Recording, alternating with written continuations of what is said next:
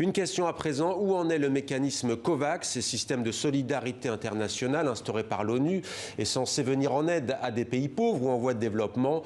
Chrysoula Zacharopoulou, députée européenne, est avec nous. Bonsoir, merci d'être avec nous sur TV5 Monde. Vous êtes candidate désignée par l'Union européenne pour coprésider justement ce comité COVAX. Vous revenez tout juste du Rwanda, hein. Vous avez atterri ce matin à Paris. Alors d'abord peut-être votre réaction sur ces trois pays, Danemark, Norvège, Islande, qui suspendent AstraZeneca. Est-ce que les pays du Sud reçoivent ces vaccins AstraZeneca?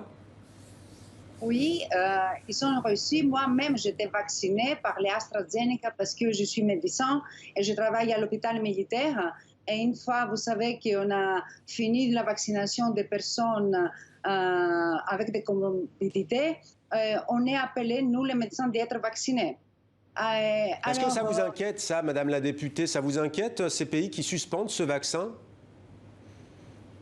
Il faut voir, moi j'ai confiance totalement à l'Agence du médicament européenne qu'il était validé, alors on va voir. Vous voyez, je pense qu'il faut attendre avant de se prononcer.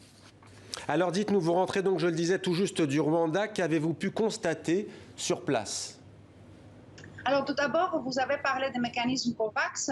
Plus que les Nations Unies, il faut que je dise ces initiatives vraiment sous le président Emmanuel Macron, ainsi que toute l'Union européenne, avec l'OMS et les Gavi. On a créé ces mécanismes de solidarité, s'il vous plaît, pour que les pays pauvres puissent avoir accès aux vaccins.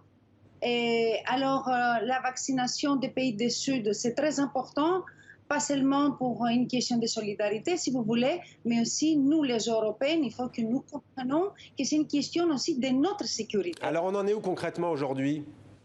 Aujourd'hui, alors, les vaccins sont arrivés mercredi au Rwanda. Ils commencent à arriver à quelques pays, au Ghana, à Côte d'Ivoire, au Togo. Moi, j'ai participé à la campagne de vaccination au Rwanda et j'étais très surprise de voir une très bonne logistique et un déroulement parfait. Je peux vacciner les personnes et je peux vous transmettre vraiment ce sentiment sont soulagées les personnes qui viennent d'arriver le vaccin ce jeu, parce que tout le monde, que ce soit les pays du Sud ou que ce soit les pays du Nord, ont envie de sortir vite de cette crise sanitaire.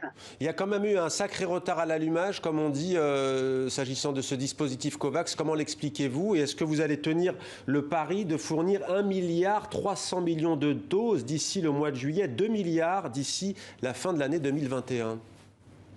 Moi, je pense que c'est très important et nous, les Européens, il faut que nous comprenions aussi ça. Ça ne sert à rien si seulement les Européens sont vaccinés et pas le reste du monde, encore plus les pays, comme vous parlez, du continent africain.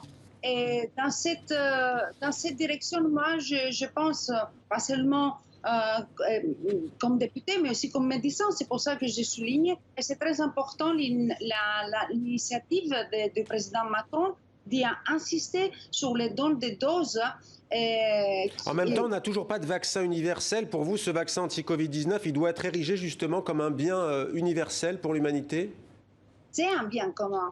Et c'est ça qu'on disait aussi avec les partenaires africains. La question, c'est, comme aussi en Europe, il faut aider aussi les Africains à augmenter leur production, parce que la question, c'est aussi ça. La question de l'augmentation de production, la livraison, les accompagner pour avoir des campagnes de vaccination, vous voyez, solides. C'est ça notre rôle. Merci beaucoup, Chrysoula Zacharopoulou, d'avoir répondu à nos questions. Je rappelle que vous êtes députée européenne, candidate désignée par l'Europe pour la coprésidence de ce comité COVAX. Merci à vous.